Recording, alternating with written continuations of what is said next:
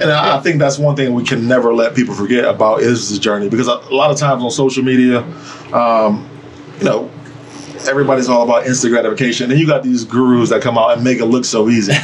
Well, and you'll make this much. Yeah, you'll make this. You're not going to tell me about this furnace I got to replace or this roof I got to get done, or the fact that I got to go find a contractor and I paid him half my money. He's not answering my phone calls anymore. Contractor, that's a whole other subject.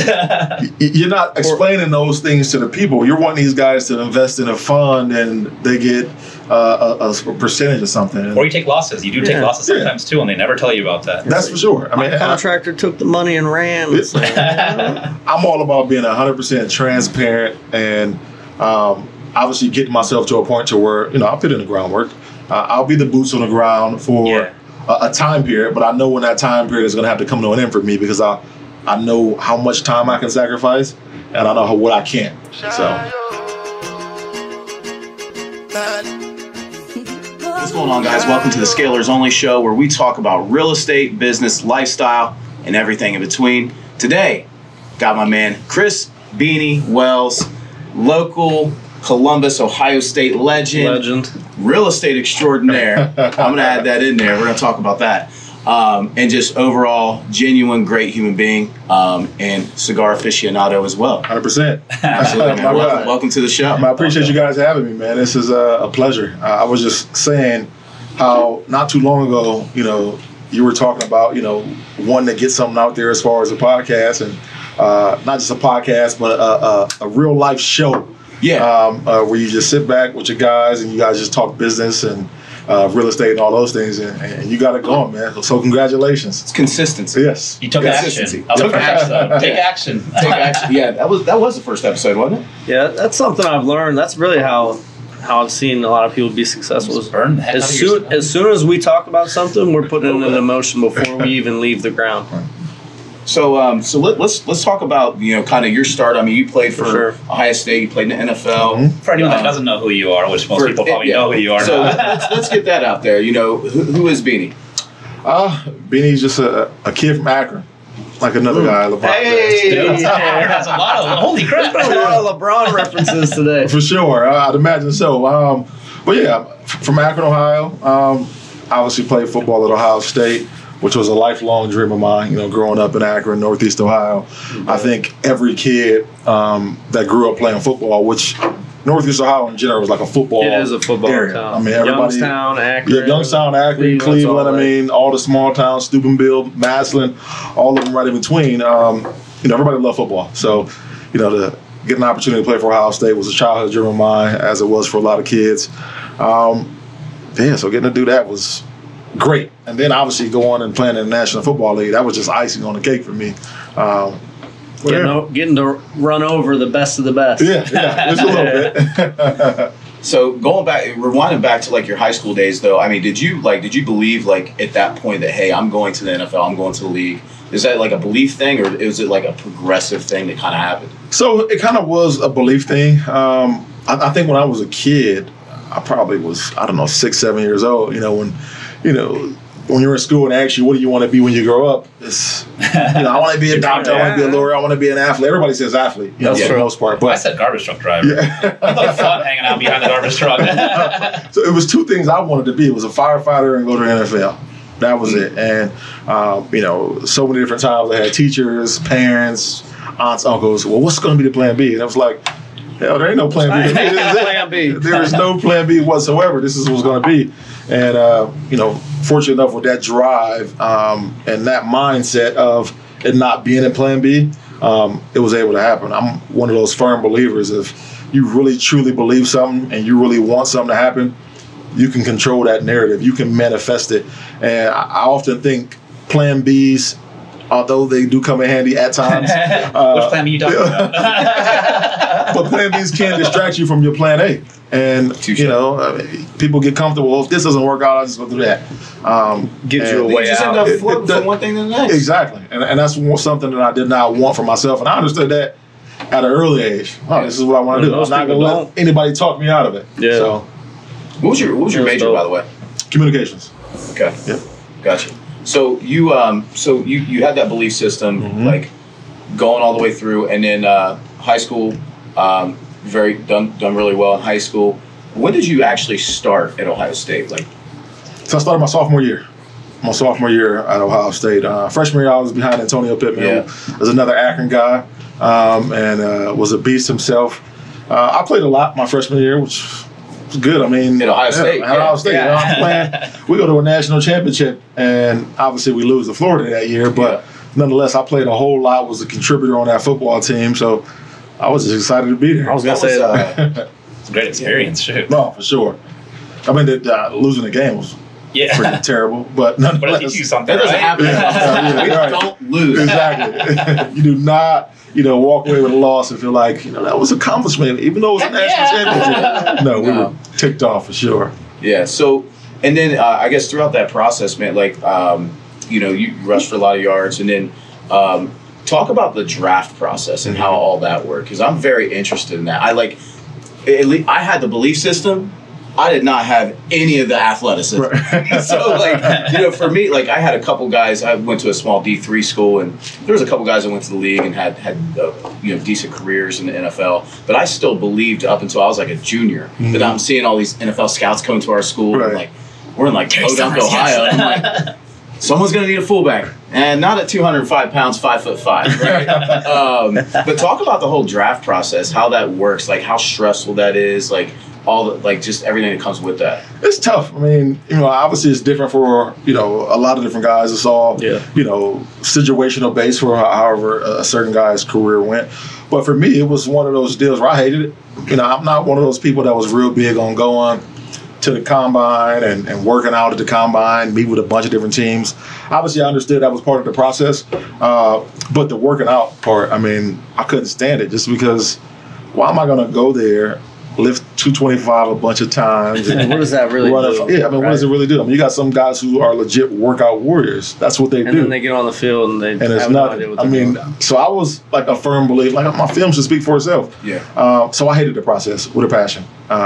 You get to the combine, just not even just the combine, just the preparation for it. You're doing all these type of workouts. You guys cuss on this show? You're fine. I'm a cusser. I'm a coach. Yeah. That's what I'm saying. I'm a coach, so I'm a cusser. I coach my kids. You know Maurice, right? Yeah. Okay, Maurice is. We're gonna get him on. So Charles. There we go. Yeah, exactly. Yeah. So Maurice probably cuss more than I do. But I hated the shit. Because I wasn't one of those guys that was. Of course, I worked out. I trained at my craft, but I just wasn't one of those individuals who believed in how the system worked. For a lot of guys, as it pertains to the combine, the draft process, you go in and you're working out and you're doing all these things you don't traditionally do.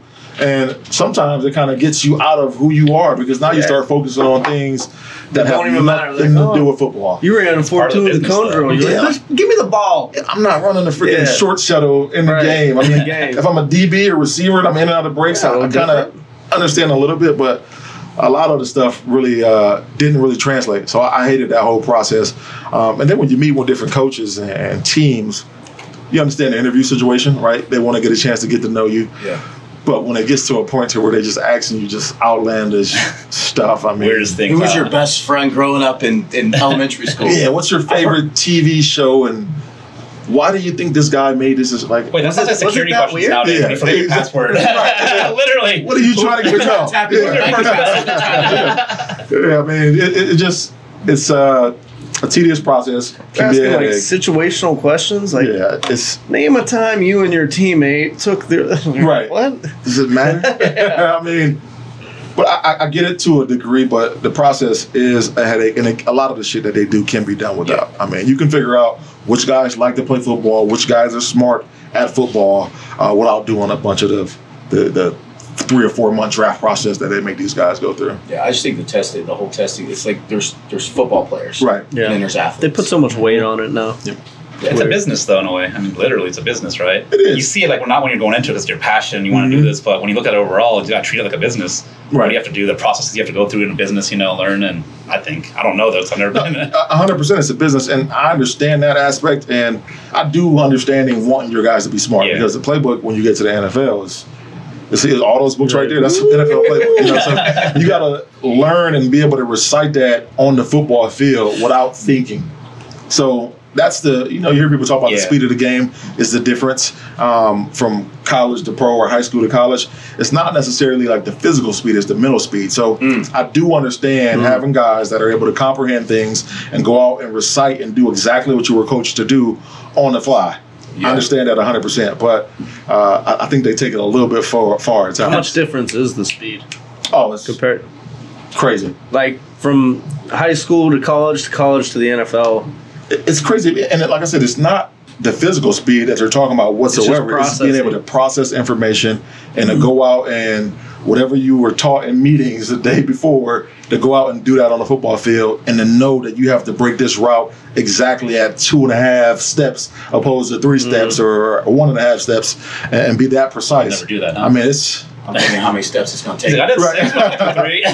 It's crazy, man.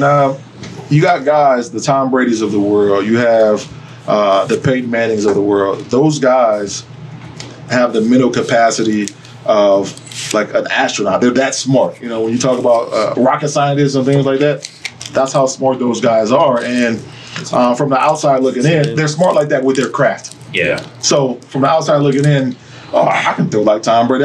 But are you able to compute information and to go out and make guys understand and then make it look as easy as it does in this playbook like those guys are? And I think that's what separates people at the next level for sure. It's funny, man. We're going to get into some business stuff here in a second, but hopefully anyway. But business is it's all mental. Mm-hmm. It's not just belief, but it's the ability to compute the way the economy's going, the way a market's going, the way that this neighborhood is shifting, or or how your management company is doing, and all these different things, and then being able to make decisions on the fly like that.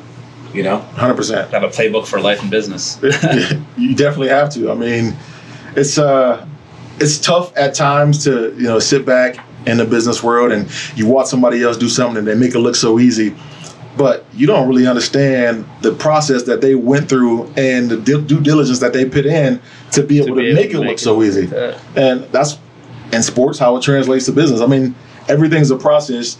You can make it look as hard or as easy, but are you able to go out and be successful while doing it on the fly? And we were talking about that before, that everyone thinks real estate's like this passive Join my group and you'll make $1 million. And I was like, no, look at how many people we got upstairs trying to handle this shit, right? Especially when you get to the amount. It's right that you're at. You want to scale and grow. It's a whole lot more than just a little hobby. Exactly. I think a lot of people get in as a hobby, but then they realize they want to make business out of it. It's a whole lot more that goes into it. Oh shit! I have to do work. Yeah. I got to deal with this call. I got to deal with that. Yeah. And speaking of, I probably have to take a call here in a second. I got to send a contractor some money. Oh, you're good. To get some stuff at a store. Oh my god. What was tougher, football or real estate right now? Oh my gosh, real estate. We can help you out with that with our Scalers Only community. We can get you in there and teach you that how to scale that. But no. Speaking of the league, man. So you had a career in the league. Talk about that. Talk about how it went, and like when did you I guess because you got hurt, right? Yeah. Yep.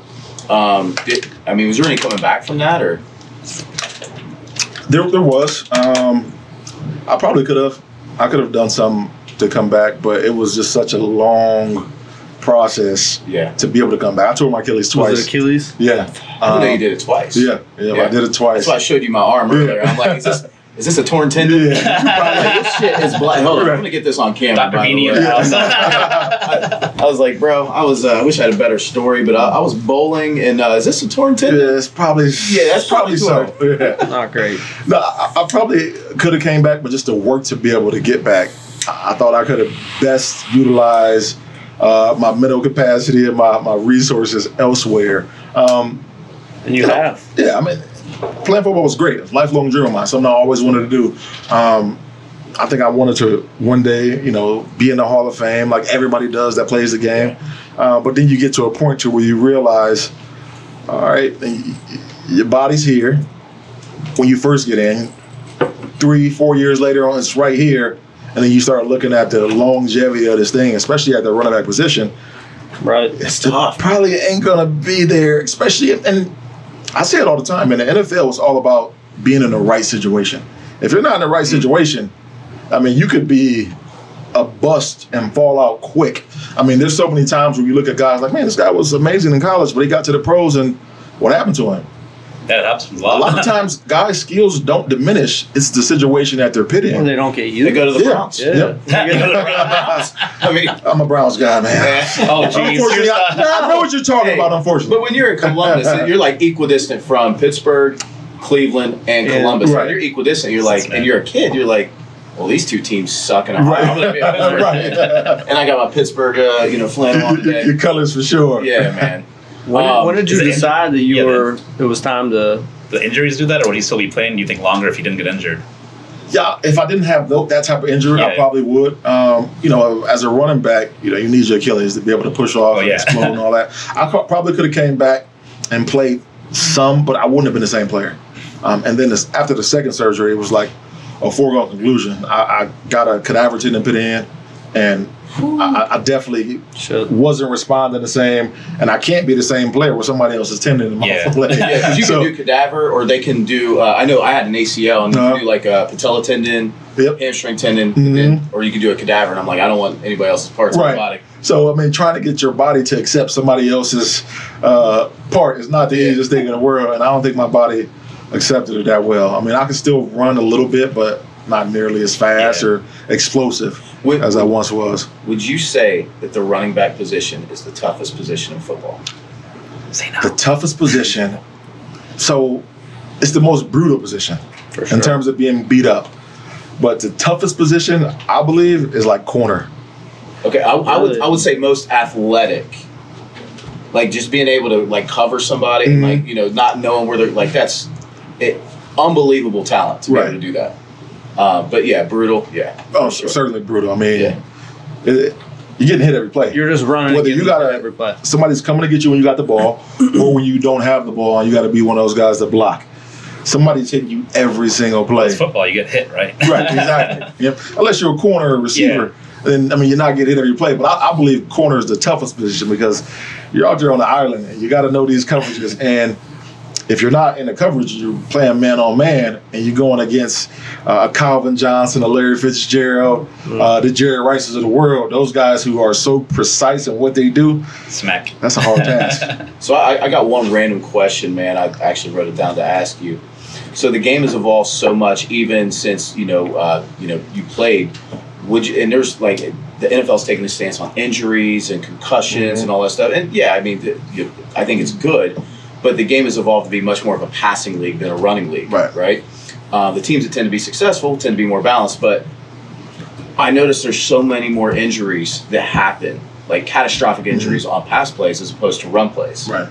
So, I guess my question for you is how, like, in order to get rid of injuries, I always say like we should go back to like being more of a running game than a passing game. But how do we even get back to that? Because passing sells tickets. Yeah, exactly. I mean, people want to see these high-scoring games, these quarterbacks and receivers put up these crazy numbers. And it's so quarterback emphasized today. These acrobatic catches. I don't think we can go back to it. You don't think? No, I don't think we can at all. Does turf just make it that much worse? I think so. I mean, a lot of these stadiums, when you look at the turf that they have, they're pitting turf over a surface like this. Oh, dang. So it's not like we're doing turf over dirt and or rubber or something. Soil. Right, where it's they got rubber within the turf, but not up underneath it's not a whole lot of padding, from the surface level and the turf. It's like pulling the carpets up and finding nice wood floors. Yeah, exactly. And that's hard to run on. I mean, your body's not absorbing like it would on the grass. I mean, and I think in the National Football League, even most, big colleges, they should without question have grass. Get a regular playing surface, make it easier on your players, make it easier on you in terms of what you have to deal with the injuries. I know it's probably a little more upkeep, but bro, guys get hurt in their careers off of playing on the surface. Last year, Odell. Just running through where they painted it. Boom, and everyone knew that it was not safe. Right. I mean, I don't understand. We got to go back to grass and run the football. I'm with you. I am with you 100%. Yeah. I don't think it'll happen, but I'm with you. Yeah, absolutely. You can talk sports all day, but I want to know what the businesses, man, that you got into. So after all that, like, what made you choose what you're into now, and what are you doing? What was your first thing that you went into after all that? So when I first got done playing football, I got into media. And I think that's like, you said, right? So I think that's that smile. Yeah, I think that that's big smile on their head. a natural progression for guys in sports is to want to stay close to the game, get into something that they feel like they know, and that's talking about the game. And so that's what I did for a little bit, for a couple of years. I still do it now. I do the Ryan Day Coach Show with Coach Coop. It comes on every Saturday before the game. And I've been doing that since I've been done playing. But that's what I first got into. But then after a while, I'm like, man, I hate being looked at as just like just that athlete sport. Beanie football player. Pony. Like that's cool for some guys, but for me, that ain't it. Yeah, I want more, and I don't want to.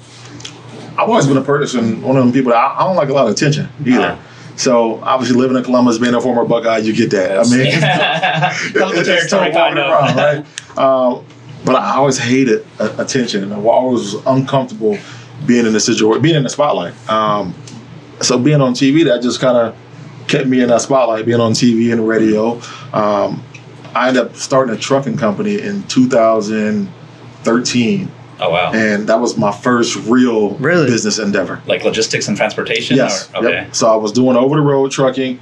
My uncle was my first driver. He was working for a trucking company, and he showed me his pay stub, but he was complaining, I hate this company, this, that, and third. I said, dang, you making this much money as a driver? Truckers make good money. And, I think it was probably like $2,500 that he had brought home as a driver. And I said, man, what all did they do again? And he was telling me, oh, man, this guy just got this truck, and he signs it up with this person and that person. Oh, shoot. Next thing I know, I am 13 trucks in. Oh, wow. Yeah. You want that quick? 13 trucks.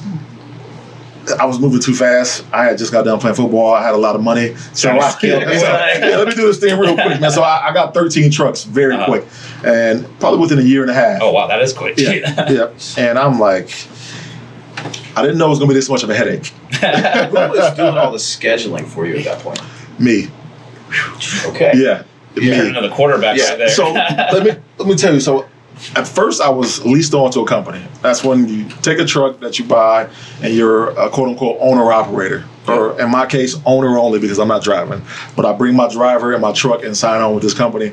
At that point, it's cool. It's smooth. I mean, you're making good money, but you also see the greener pastures. Oh, man, I could be making so much more if I'm doing this on my own. Yeah. And doing it on your own comes with so much more headache. And that's something that I didn't realize. Exactly. How old were you at the time? 26. Oh, you're still young. Yeah, I'm still young. Yeah, you're still so really young. I can do everything on my own. I can get this figured out. I can make the phone calls, book the loads, go on the load board. I'm ready, let's go. Let's do it. I got nothing but time on my hands.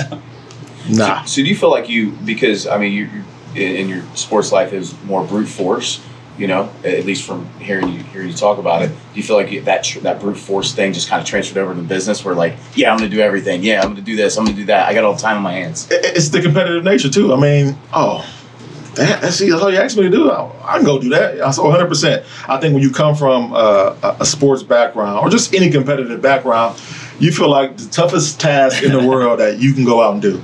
And you think you can go out and do it and make it easy. Yeah, I mean, in your mind, you're conditioned to overcome any situation. Yeah, which is a good thing and could be a bad thing. Exactly. Sometimes you push the envelope a little bit too much at times. And I think as an entrepreneur, as a person in business, I think, especially when you're a young one, we all probably run into that, thinking we can do too much too soon and push the envelope a little bit more than it should be.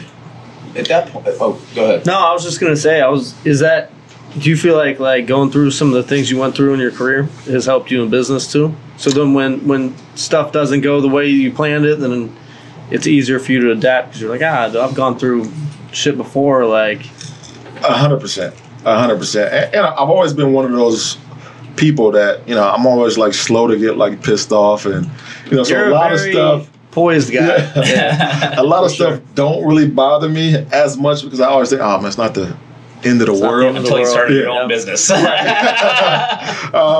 But it certainly helped me knowing that, there's going to be bumps in the roads no matter what it is you're doing. And you just got to weather the storm at times. And at some point in time, you'll see the light at the end of the tunnel and it'll allow you to overcome. That's something that certainly helps me in business, for sure. How did it pivot to real estate? So, because I don't know if we got cut off there. Well, no, it wasn't. It was kind of like simultaneous. But my first dibble in real estate was in 2010. I bought a house in Arizona. I'm still playing for the Cardinals at this point in time. And Personal home or? Personal home. Okay. And I bought this home in foreclosure. And It was nasty in Phoenix back then. it was so nasty. That's still a savvy buy. You know what I mean? Yeah. Phoenix was this, it was dilapidated. There was so many like big, beautiful homes. Right. Yeah. For dirt cheap. Scottsdale, Phoenix. Scottsdale, Phoenix, Chandler, Mesa. I ended up buying a house in Chandler. And I mean, the home, it probably was every bit of a $2 million home. And I got it for $600,000. Oh, Chris. Yeah, so what are those deals nowadays again? right, exactly. So at that point, I buy this house, and in my mind, I just got a nice ass house. I knew I got it in foreclosure. I didn't really think, oh man, I got this crazy deal on this crib. It wasn't until years later to where I wanted to go sell it that I understood. You're like, oh shit. You mean to tell me I bought this for this, and it's worth this amount? So I'm talking, 3 to 4 times as much as I paid for it when I go to sell it. And at that point, it's like, shit, this happens in real estate. It's not just this one-off situation I'm talking to my financial advisor about and a couple other guys who I knew that had done it. Like, yeah, man, a lot of times this is what people do. They just buy properties. You just buy them right. Hang on for a little Right, bit, exactly. right? Yep. And then you can sell it. You can rent it. You You get can do whatever you want to do. advantages. Yeah, you can do whatever you want to do with it. And I'm like, You guys didn't tell me about this before? What is this? bro, and that But was they don't teach you. They don't. And that's one thing that I was like so pissed off about when I'm really sitting and digesting this situation, because as a young guy, right, you get a financial advisor. As a young athlete, you get a financial advisor. The first thing that they're talking about, put your money in the market. Mutual funds. Well, they also all want your money because they make money off Yeah, that. exactly. They see you like, oh, he signed this. I want to. And you're not understanding that at the point in time. They know what's best. Yeah. They know everything. I don't know nothing. I mean, this is my first time coming into some money, so I'm listening to these guys. Yeah. Not understanding that, all right, there's a benefit to them and telling you, oh, your money's going to be safer here. And in They always have 2000, an interest in something, right? right. And in 2009, 2010, after I sell this house, and I sold it in 2013. But after that point, I went back and thought, like, shit, I was drafted in 2009. Had I bought this house, or this building, what What amount of money I would have made? I mean, in 2009, it was like the worst of the worst. I mean, and I got a bunch of money, and all they're telling me is, just put it in this investment account. Which ain't always bad, but they're just got to diversify and do other things too. Right, exactly. 100%. And that's something that I didn't really do at that point in time, because when I was playing football, I wasn't thinking about anything but playing football and going out and having a good time. Yeah, the mentality. At 21 years old, that's what I was thinking Which Which about. is what Right most now. people were doing. Right, exactly. Yeah. But as the years got later into my career, that's when it started to like, okay, you need to be a little bit more meticulous in what you're doing and how you decide to utilize your funds. So that's what made me kind of start thinking about the business route for sure. Nice. Yeah. So then why Akron? Obviously, you wanted to go back Right. home, and like, is that So because you bought your first property after that in Akron. Yeah, I bought my first property after that in Akron. So you invested in your backyard. Right in my backyard. And Love that. so? at this point in time, so I bought that house in 2012 in Akron. At that point in time, there were still homes for $10,000, I guarantee it. $15,000. Some nice ones for $25,000. And I'm like, shit. and they That's still it. probably rent. Hey, that's a from night like- out that I used to Oh. spend. At this point in time, I mean, they were renting out for $700, $800 a month. And I'm like, oh, yeah, I mean, this is Nick's over here This is he just paid great. 7.125% interest on his house he bought from Bobby. Partner in the Monopoly game. Where were these deals at, bro? Yeah. Oh my gosh, it was a crazy time. I mean, from about, I say all the way up until about 2015 is when you start seeing a shift to where those $15,000 to $30,000 homes start going up a little more. But even then, in 2015, it wasn't going up by a whole bunch. So Akron was a very, very cheap place. I mean, to be frank. And I was a guy. I know you got a lot of people who have a bunch of different, strategies to where they want to worry about appreciation, or I was looking at it solely as cash flow. I got money. I got it in the bank already that I've made. If I can get this property, it's going to cash flow and make this amount monthly, yearly, after expenses. that's what it's about for me. You learn it by yourself, or someone like do you have someone guide you and teach you that? Yeah. Or is that just in your head like, whoa, I did the math and this is awesome? I did it by myself. See, that's like solid. I mean, that's awesome. I did it all by myself. I had a buddy. His aunt was a realtor. She actually sold me the house, and her husband had a bunch of properties as well. And he was like, yeah, it's just a good buy. But he never really went into fine details about how to strategically buy and about what it could really do. It was just something I learned on the Arizona deal. And then when I got the houses in Akron, it was like, oh, I see where it's going. Got the entrepreneurship in your mind. And I can keep going. And then, go ahead. I was going to say, had you already decided that you were going to do it full time, No, or did not it at take all. like 10 properties before you were like, all right? It probably took about 7, 8 before I decided, oh shit, let me turn up the heat on this thing. I can repeat a little bit. Yeah. Let me turn up the heat on this thing and really get it going. I mean, it's a crazy tool to be able to acquire wealth, and not a lot of people know really the fine details about it. And like, I just happened to kind of figure it out by chance by seeing some things come across my board. If I didn't know I got that house in foreclosure in Arizona, then wouldn't even know. I wouldn't even have known, right? Even Back then, it wasn't really advertised. It was like a secret, kind of. Like people were doing it, kept a secret in a way. Yeah, I mean, you think about just 10 years ago, and for now, I mean, people weren't really talking about real estate on a large scale to where you understood the value in it, and how you could build wealth and how you can build generational wealth with it. I mean, it wasn't a well publicized thing. Like you said, it was the best kept secret. It really was, for sure. I mean, how many do you have now? Shoot, 7 back then. So this is like a rough number. Yeah. So anywhere. That's when you know you have a He's always buying and selling. He's always buying and selling. Probably about 120. Wow, that's amazing. About 120. So quietly. Some too, single right? family trucks. yeah, exactly. Some single family, some duplex, some small apartment complex. But we talk about America's best kept secret. Trucking is also quietly America's best kept secret. Oh, it definitely is. I mean, I looked into that. The money is crazy that you But can the make. headache to reward ratio. Yeah, that's the one thing right there. The headache that you don't want to deal with. And I'm one of those passive people where it's for somebody. It's not for everybody. Yeah, I don't have time to deal with, Tom's headache. And when you're in the truck, they're bringing everything that they got going on at home into that truck. In the truck. Because a lot of the drivers going to be in that truck for 2 to 4 weeks. No shit. And I'm not trying to deal with that shit. Yeah. And you pretty much had properties. You're renting them their property. You're living out of it. But the difference is the properties that you're renting now, like, you get the appreciation. You got debt pay down. I'm not sure if you were a cash guy or if you financed or if that was like later. Initially, I was cash guy. I was stupid, but okay. So we got to talk about that. So then, but then you're talking about the cash flow. I always say that the cash flow is the bonus on this thing because of the appreciation of debt pay down and the tax advantages. And then you got all these massive tax advantages too. Right. Being after 10 properties, you're a real estate investor. Right. You qualify to the IRS as a real estate investor. You can put REI in your Instagram now. Right. But I mean, even when we first met, I was like, "You did what?" And Akron, and like in my head, Akron was still this small, and it's not. Like Akron's opened up recently. Like it's a thing. Akron, Cleveland, Canton. I'm telling secrets, so people will probably they'd be pissed off. And Hey, what is It's only going to up your property value, right? I mean, There's always a win in the real estate game. There's always a win. Those are places that are like really like hot. I mean, you go on beer pops. People will tell you they know about Akron, Cleveland, Canton, those areas. They are hidden gems, and for whatever reason,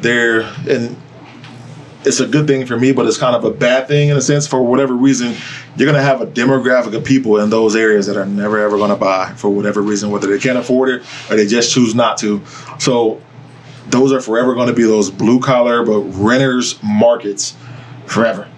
Similar to our portfolio.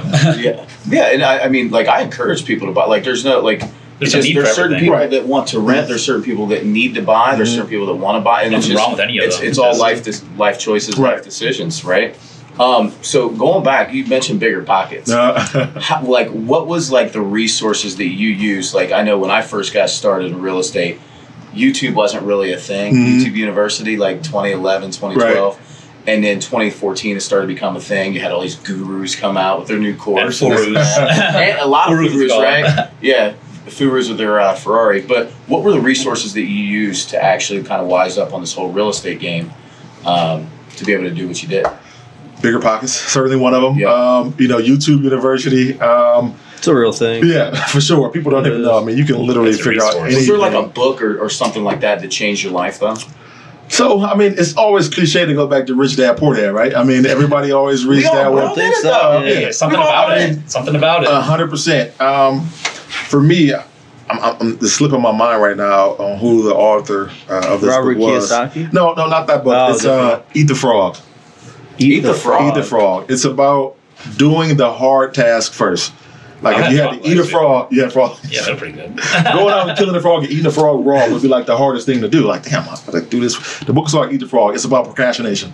And for me, I'm a passive dude. I'm not like gonna be up in nobody's face calling, hey, what do I gotta do here? So Eat the Frog was definitely a book that certainly helped get over my procrastination phase for sure.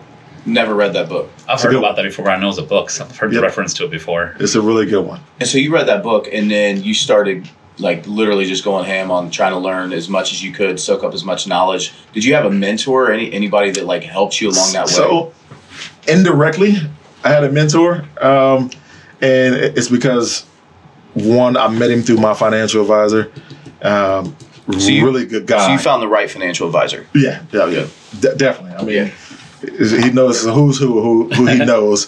But there's a guy here in town. His name is Brad. I won't go into a bunch of detail on that. But he's really big into real estate. And every so often I would call Brad and ask him questions. But I was more so. Say again? Last name start with a K?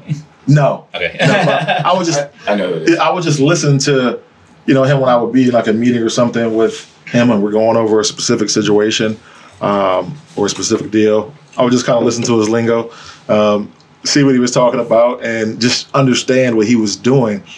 And at one point in time, I think I called him and I told him, I'm thinking about doing some single family stuff in Akron. And he was like, a multi-family guy. Yeah. And he was commercial guy. Yeah. And he's like, man, it's going to be a tough deal, but man, hell, go for it. Yeah. And he told me that. And just watching kind of him just from afar, somebody I can certainly call for advice, but that was an indirect mentor. So I didn't really have anybody showing me like day to day, but I knew certain people who I could pull things from.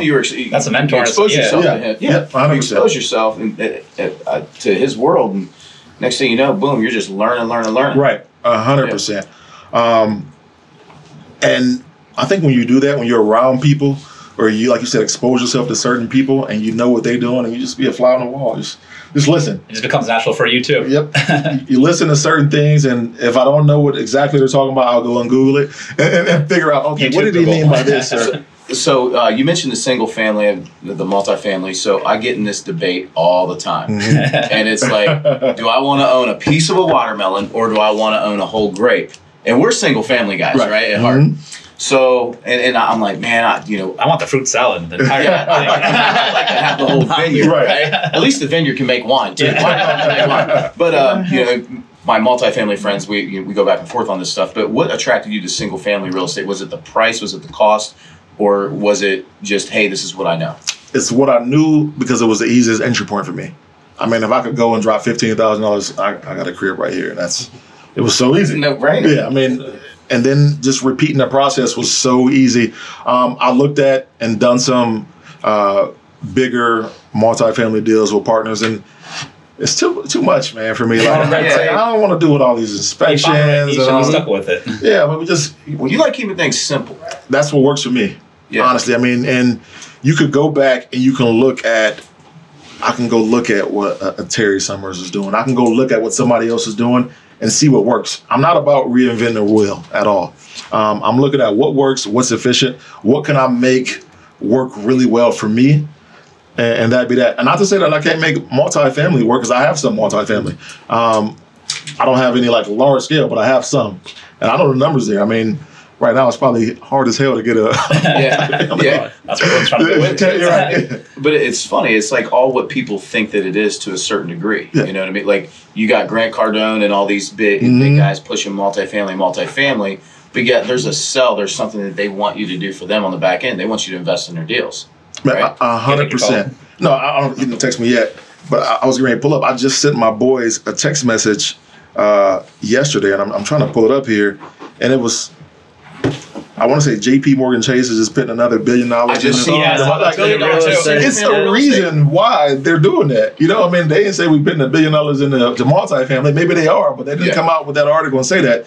It's a reason why they're just like, we were sitting talking at La Chavita one time. It's like, there's nothing like 4 walls and a roof.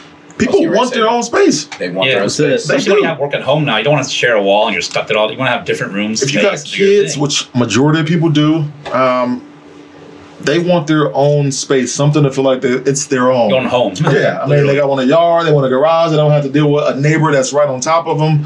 And some people do. Don't get me wrong. There's a lot of people that do. But for my market, this is what people want. And I'm about my market and what works. Things are different in different places. Yeah. Miami is different. You want to be in a building, 100%. You want to deal with all this stuff. You have someone watching your door, take your deliveries. It's easy. But over here, and there's different markets, it's totally different. Mm-hmm. Middle America wants a house. Period. On a backyard, cookout, chill, invite some friends over. They 100% do. And you know, I wouldn't qualify myself as a musician, but you know, I try to go downstairs and play drums and stuff like that. Whatever. I was like, I'm the greatest drummer ever. He used to wear mascara. Hey, guy liner. That's his old band. They count. Guy liner. But you know, I want to go downstairs and hit the skins a little bit. I can't do that in an apartment. Right. How many other musicians do you know that need a house? And just people like that, you know, people that want to have their own content studio or whatever, especially now with the era of video. Right. You can't do that in an apartment. It's too difficult. It's too difficult. Way too much. And then when you go back and you really dissect and break it down from a cost perspective, a lot of times it's more cost effective for guys to go and rent a house opposed to renting an apartment. Yep. We just had a guy come in here today. He's like, "Man, I see what you're doing on the show. Mm-hmm. I need space." Right. And I'm like, for this room. Right. Yeah. Just I'm like, well, we got a unit over here that we could get you, and you know, this office building is very unique, but yeah, I mean, people just want space, man. Mm-hmm. They want space. And I'll tell you what, when we had that 72 unit, it took up all of our manpower. Well, it's different in different areas too. I mean, it's good, but then it's like, I think there's different levels. Some certain people that have all the money too, it's like a headache ratio to them. They don't want to deal with all this single stuff. Right. To them, it's easier to make a little bit less money, but have all the bigger volume. So different levels, different things. So you were doing everything yourself in the trucking company, but now you hired a property management company for units. I was going to ask that. So it was probably at about 10, 12 properties. At you did it that early? Oh, yeah. I'm like, bro, I'm not dealing with this. And it was the fact that everything happened at once. Yeah.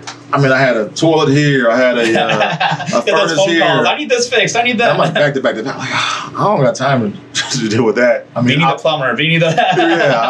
I want to go back to being a football player again. What's going on? Give me the trucking problems. I thought that it was cool just to deal with stuff and to be able to manage first, all that. But not after a while. to feel busy, right? Yeah. I got my kids starting to grow up. They got sports. I don't have the time to be able to go and go find this plumber or go track this guy down. Then you're dealing with the stuff in right field and watch this T-ball game. And smoke my cigar. That's it. Yeah, that's what I want to do. Like, you inspired me to go to my kids' events and smoke a cigar. This guy's all out of work. You'd see him on Instagram. Check out this other property. Walk into this property. Look at this. It's like, I don't want to do that anymore. At first, it is funny, but it's new. But subconsciously, like, it's been a change for me. Like, to see guys like you, and I'm like, releasing that power too, though. Like, right. Because you don't trust other people to do certain stuff. You want to do it on your own. That's the number one thing. But thing. then you got to find the right people that you trust. Like, okay, I got to release the power and just trust that they're going to get it done and they're going to do it. Yeah.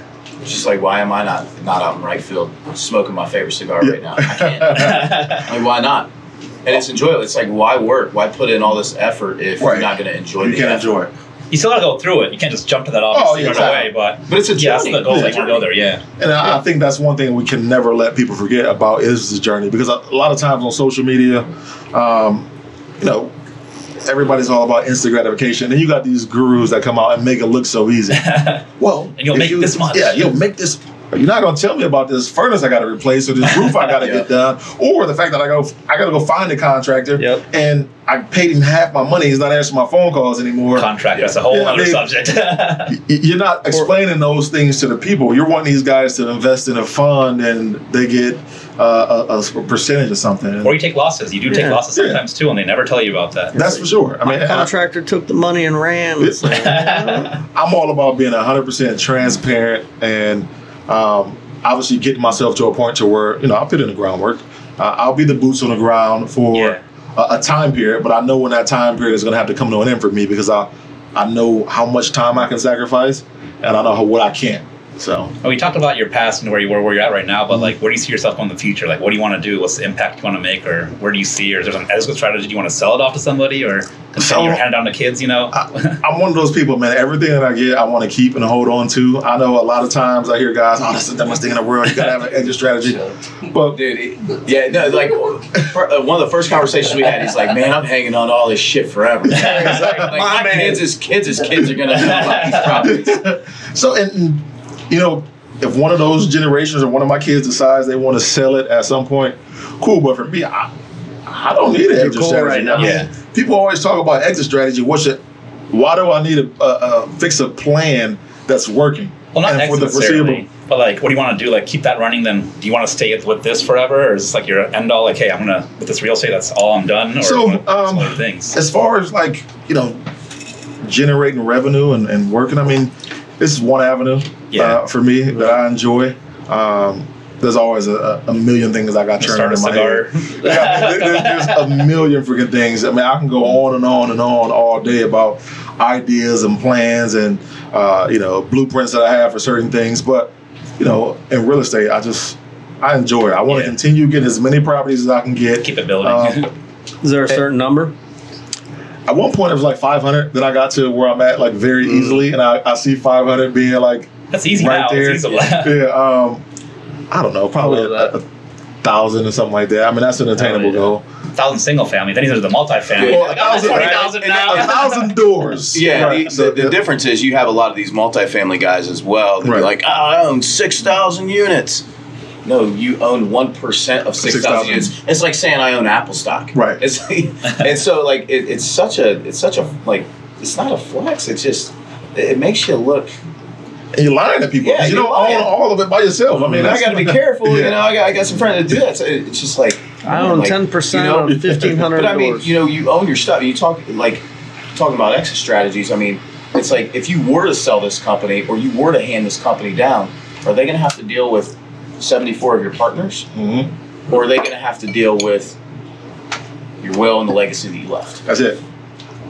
There's no partners on anything real estate wise at the moment. Like I said, there was a multi-family situation that I got into, and there were partners at that point. But at a certain point, I just buy me out of it. It's worth, I need some money on it. But no, there isn't any partners on that. And I'm a little different in the sense that I like partnerships when they were like-minded people. You like teamwork, I mean. Yeah, I like teamwork. And I'm super... Because you're such a team guy. Yeah, I'm super... a team guy. And I don't want a headache. If it's going to cause me any type of headache, hey, I'll write you your check and you get down. We square away on that. But I don't want to deal with anybody who's going to be worth my sanity. It's going to cost me my sanity. And I got to deal with, what is this guy doing behind my back? I can't operate like that. I don't want to work like that. And I've built myself and my business to a point to where I don't have to work like that. So I always keep that in the back of my mind. It's a great story. Man, if it can work, great. But if not, hey, let's shake hands, smoke cigars, and be cool. You ever thought you'd be in real estate and all this when you're first? You're saying like when you're trying to be a pro, like I'm just play football and that's it. And you're like, who would ever thought this is what you would have come into? No, man. And if I would have known, I would have put so much more money into real estate. So much more early on. Every time we got into it, like I wish I would have went harder earlier, man. But when the time comes, people don't do it. I wish it was on sale. Now house price, go 30% off. Well, I'm gonna wait till they go back up. What the heck? You're waiting for a sale I'm talking to one of my buddies, right? And he was looking at buying a home. This was 2 years ago. I said, man, go do it right now. No, I'm gonna wait, man. Prices gonna come down, man. I think we in COVID, and I think we're gonna hit it. You think you bought that home yet? No, still waiting. And now you're getting a fraction of the home for what you would have been paying because the interest rates are jacked up. So you're saying that everyone should read the book, Eat the Frog. Eat the Frog. And stop procrastinating. Exactly. Stop procrastinating. 100%. You still have that competitive, for sure. You still have that competitive nature to you. Oh, yeah. Like 1,000 doors. I'm like, oh shit. Okay. Still, I'm like, I'm looking at Nick over here like, ratchet this shit up. Let's go. Let's go. You got a race now, Nick. Come on. Shoot for the moon. If you miss, you'll be amongst the stars. Yeah. Right? So if I come up 500 short, I'm not mad. Dude, what would you say is like especially in real estate, what would you say is, because everyone's like, oh, this is the hardest part is raising money or contractors, or what's the hardest part to you with real estate? Oh, man. You were fortunate because you had a little nesting egg and off the plate. And that's a big component for me. Like, I was fortunate I played football, right? So the money aspect wasn't the biggest hurdle. I think just dealing with contractors, property managers, I feel like I'm such a nice guy to people. And a lot of times people take that kindness for weakness. So, I could not imagine seeing Beanie and being like, I'm going to screw that guy over. You know what I mean? I'm like, I'd be terrified. But there are a lot of times where, like, I'm so nice, I'm super passive. People take the kindness for weakness, and then they don't think I know what I know. What you're doing. Because I'm an athlete, right? So this guy just plays football. He doesn't know what this is going to cost, or he doesn't know how long this is going to take. It. Yeah. And they think that's that, but no, that isn't the case. Like, I'm going to know what's going on. Well, it shows on everything you've done and why you did it. It shows how your mind works. One way or another, That's I'm going to pay attention to know exactly what's going on to every fine detail. And a lot of times, I'll act like I don't know shit. I mean, so people ask me, "Oh, what do you do for a living now?" And I smoke cigars. Smoke cigars in my field, man. I say I smoke cigars, and I'm a stay-at-home dad, right? And Secret's out now. Real estate king over here. And I do that because I always think, man, more so than people asking that question because they're really genuinely interested. Yeah. Sometimes when you walk into a room, especially when you're a former athlete, people ask that question just to see how much respect they should give you. So, like, what are you doing at that point in time? And I say I'm not really doing anything right now. Just stay at home dad, drive my kids around. They're super humble. When I notice people change, I'm like, this is somebody that I really don't even want to deal with anyways. I think that's an like, obstacle. Get to know me first before you like. Well, when you have the celebrity, a lot of people are like, I want to be famous and that, but they don't realize that also comes with certain obstacles too. Right. And for you, that's an obstacle. Like, people don't see that and they want to treat you a certain way or try to, get one over on you because they already assume. So I think coming out, that could have also been an obstacle for a lot of people, but you overcame that too. Yeah, You just got to stay humble, huh? That's it for me. I mean, and you really are one of the most humble people I've met. Like, I appreciate it, out of all that, like, I know a lot of athletes and everything too, and some people, still they're learning, and people learn at different stages. Right. But you learned it very, very early on, and that definitely shows, and that's amazing. I appreciate that, man. I appreciate that. Do you still keep up with Ohio State football? 100%. Because I Big do weekend coming up. A huge weekend coming Once up. a Buckeye, always a Buckeye. Yeah. T-Tum, man. Yeah, for sure. What's a T-Tom? I'm not that, so I don't know sports that much. Oh my gosh, man. What's a T-Tom? How satisfying was it that you had some of your biggest games against Michigan? Oh, bro. Michigan. Amazing. You know what I mean? Amazing. I mean, that's, some of my fondest memories of playing football has come from obviously the Michigan game. Being able to score a big run in each game and to obviously never lose to them. I mean, that's near and dear to my heart. You never lost to Michigan. No. Heck yeah. I sit here and I think, obviously, I go back and I look at last year, obviously, us losing to Michigan. And I look at the roster and I wonder, like, man, is it too many kids not from the state of Ohio to where they didn't necessarily understand the full magnitude of the rivalry? Magnitude of the situation. Yeah, No, it's for magnitude, sure. no M. Magnitude of the situation. Well, that's what we were telling the Miami boys out we earlier. were like, you don't understand. They cross off the street signs. Any M that's on there, Yes. the week of, they cross it off. It's like, it is die hard here. And I think Ryan Day is doing a better job of getting those guys to understand, how important the rivalry is. But there'll be times like, man, guys weren't like, to me, they just don't seem the same on the football field with this rivalry game because you didn't grow up in Ohio. If you didn't grow up in Ohio or Michigan and you don't really understand from afar, yeah. you can say, oh, man, that's a pretty good rivalry. But no, it's like through and through. Like, my childhood in the 90s was fucking ruined a lot because we lost. The Eddie George game, the Teriyaki Matuka. Man, it was like so many freaking games. Yeah. Ruined, so many years ruined because we lost to the Michigan. 97 too.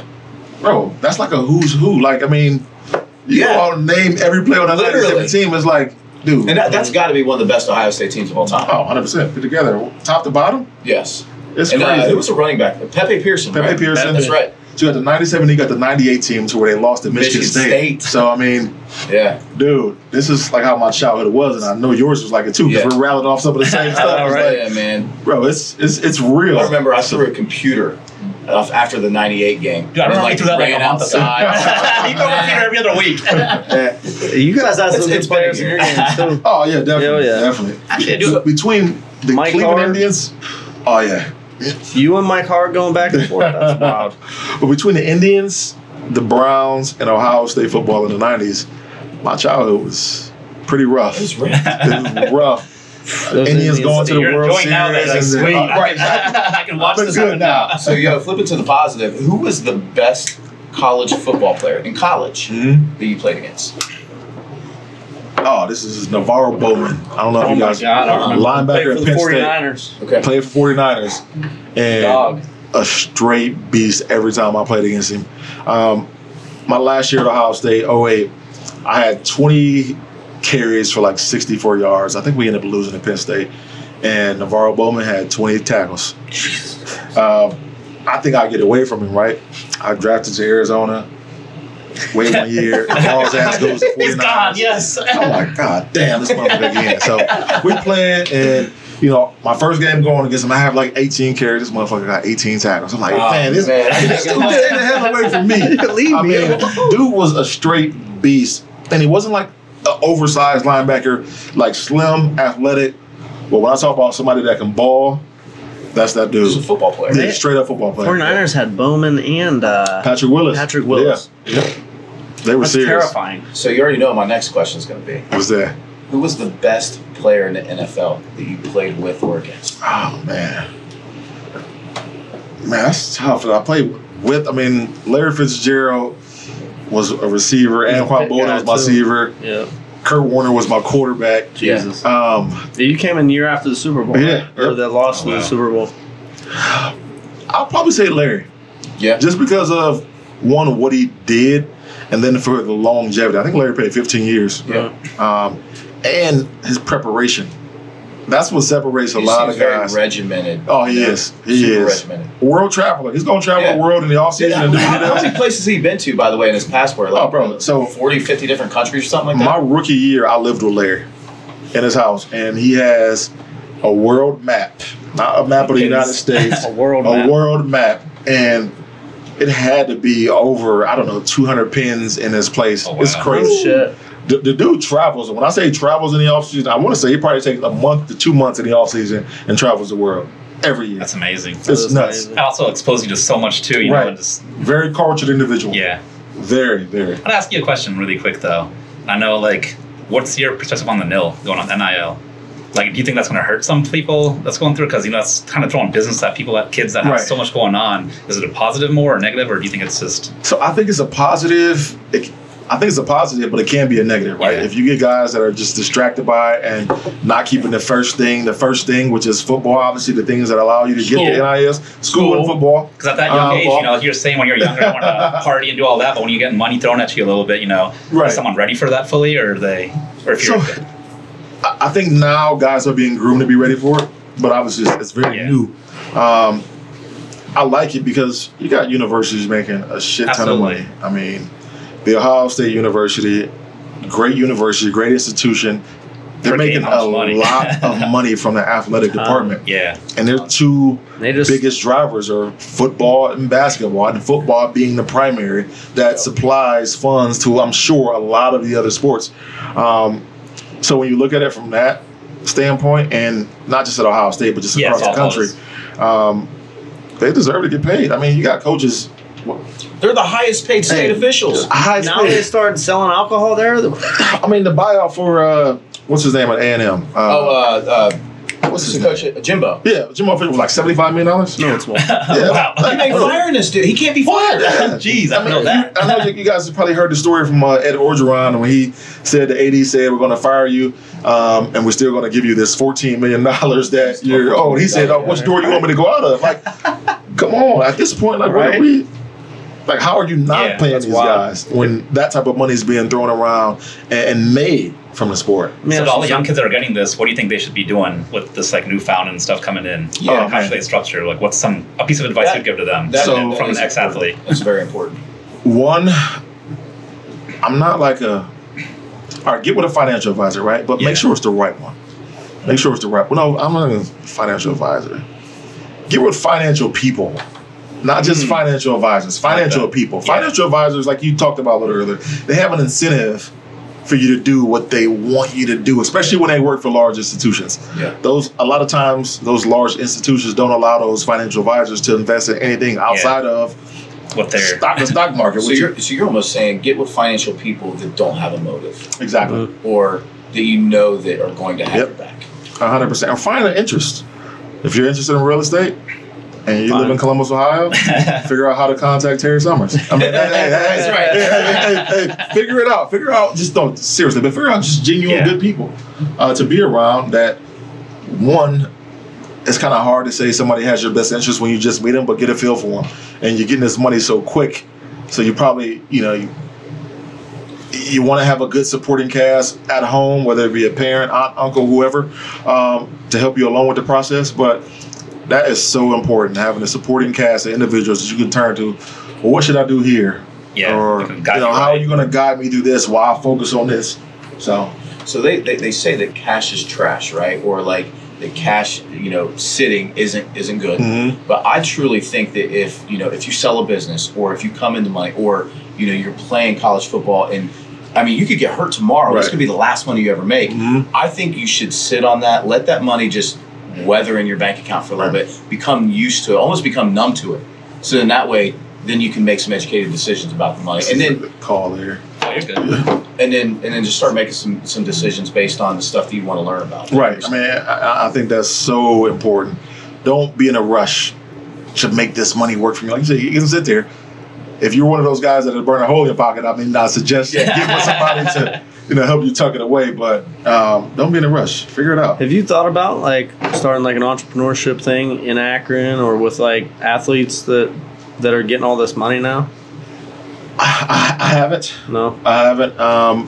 This is, like I said, I don't want a bunch of headache, and I know when you're dealing with ratio for you. people and money, a lot of times comes a headache, and especially people in the money. When you're talking with people who don't understand money. Yeah, there's a difference from talking to people who understand money and how it works and all that. But a lot of times people think about, this dude's trying to. I don't want to be a part of anything where somebody thinks I'm trying to get over on them whatsoever. But I certainly would talk to anybody who wants advice from me and a little bit of insight from my story and what it took for me to get to where I'm at and where I see myself going. Certainly. Awesome. So to kind of wrap up here, if there's anything you could say to anyone listening, just a piece of advice or a gem that you could drop, what would you drop? About life or real estate, business, anything. Anything. Man. First thing to come to mind. Be patient. Be patient. We all want things to happen overnight, and it's a process. And enjoy the process. Figure out what you want to do. Stick to what you want to do, and know that it's going to be hurdles throughout that process, and know it's going to take time. But be patient and stick to your guns. Awesome, man. So how do people find you? If you want to be found. If you want to be found. I would say Instagram. My Instagram's private, so it's only. It's the dumbest thing in the world, but I don't know why I do that. But Instagram, I think I am too. Same reason, probably. I think it's Beanie26 or my Twitter. I'm on Twitter. I don't know my Twitter handle off the top of my head, honestly. But somewhere on social media, just look me up on Twitter or Instagram or me at La Chaveta. Or La Chaveta, or on Facebook. And on Facebook, I'm not. This is like a Beanie Wells fan. I got no access to that page. I know. I don't know who. Somebody hit me up a couple weeks ago. I tried to reach out to you on. I'm a Christopher Wells on Facebook. That's my only page. There we go. He'll never ask you for money or a crypto investment or. If he asks you for crypto, someone's in person. What's your guys' thought on crypto right now, man? That's the next bubble. I'm hanging on. Yeah. I went hard. You can't not hang on at this point for you. Yeah, you don't lose until you sell, right? So I did a ton of research. Last words? Just kidding. Hired crypto mentor, but I made a lot of money. Mm-hmm. I made a lot. More than I ever thought was possible. And then I lost more money than what I ever thought was possible in a very short time. But I do believe that crypto is going to be the 12th sector of the S&P. I think that crypto is here to stay. They're talking about if they regulate crypto. They regulate it, I personally think. That means that it has legitimacy now. Right. That also means that, hey, it's going to go up because now there's regulations. So I think in the right coins, which I would say which is 10 or less, if you're in it for the long haul, right? If you have a 5 or 10 year time horizon, you're going to be good. Right. If you're in the right 10 coins. Agreed. But if you're not and you're trying to buy shit coins and you're hoping it goes up and then No, it's not. It's not. Do your research. investment. Is all it is. Do your research and be patient. I think in the short term it's got a ways to go down, but again, like the use, like digital currency is going to. And I mean, the stock market right? is already. I mean, it's already, looking out 6 to 12 months. So I mean, and crypto does kind of follow the stock market. So I don't know. I think we're close to a bottom, and I think if I was sitting on a bunch of cash, I would. I mean, even if it was $50 a day or $100 a day. This is not financial advice. Not financial advice, but I would be plugging it into a week. one of the 10 best coins because you're not. I just don't believe that you're going to lose in the future because the amount of regulation that's going to come in. I think that it's going to legitimize it. Actually, I wasn't a big crypto guy. I think I have some, but not enough to mention. But I know a bunch of people who were. And I know a lot of people who made some money. I know a lot of people who lost a lot of money, especially recently. There's got to be a gainer, right? Yeah. That's how the system works. I mean, I invest in the stock market. I don't understand it. I hate it. I mean, it's like, bro. I mean, I got a fiduciary. But those are big companies, right? You know, they have earnings and exactly. I mean, but in terms of like, man, how do you decide? Like, based off of what one person says. The stock can go up or down, and I don't understand that shit. For the life of me. But I got money invested there, a lot of money. But it's like time is always on your side, though, for the most part, and patience. That's why I like real estate, though. I mean, it's like it's been around for a long time, and I don't think it's going nowhere. Try to go somewhere. Yep, yeah, for sure. But a quick fire before we wrap up today. We could do a quick. You go for a quick fire? Yeah, I just gotta send this guy a cash app, but I told him to hold on. Man, this live cash app. We'll do a quick fire and we'll get you out of here. Let me call you right back, all right? 5 minutes. All right, no problem. Here we go. Sorry. Edit that out. Yeah. All right. No. Some of these rapid fires are ridiculous. Catch up. All right, here we go. I can't. Can you zoom in, bro? My hold on, I got so bad. Ketchup or ranch? Ketchup. Really? Yeah. Not a ranch guy. No, man. I've hated ranch. I think that's some W. How can you hate ranch, man? Yeah, I've hated ranch for a long time. What the heck? Until like maybe 3 or 4 years ago. Okay, now yeah. So I like it now. Yeah. You don't put ketchup on steaks, do you? No, hell no. There we go. Okay. All right. Cool. Bad breath, body odor. Oof. Body odor. Yeah. Like I can like deal with somebody with bad breath because I don't have to be that close to you, right? You tell them to shut up. If somebody's body odor is bad, like you smell that through a whole room. Crunchy or smooth peanut butter? That's a phenomenal question. When I was a kid, I loved the crunchy. It's a mood thing, man. It's a mood thing. I gotta have texture. I love it. Give me crunchy, man. Give me crunchy. Yeah, give me crunchy. I agree with you on that. I used to be a smooth guy. Yeah, but man, I went straight crunchy. Yeah. Depends on the mood I'm in, though. Crunch, the sugar-free gel. Yeah. You guys talking about something else, or we still on peanut butter? I can't. Oh man. Here we go. Speeding ticket or parking ticket? Give me a parking ticket. I don't get no points on my license for a parking ticket. All right. Air guitar, air drums. Air guitar. Country or metal? Country. Damn. Today country winning. What the heck? We've got like an 0 for 4 on metal right now. Do you actually listen to country? I listen to some. Yeah. Listen to some. Yeah. All right. Cool. All right. Let's do one more. Let's do funny story or one-liner. Funny story. Okay. Kicked in the nuts, punched in the face. Punch me in my face. Love it, man. Anyways, man. Michigan State. Neither. No, I'll go Michigan State.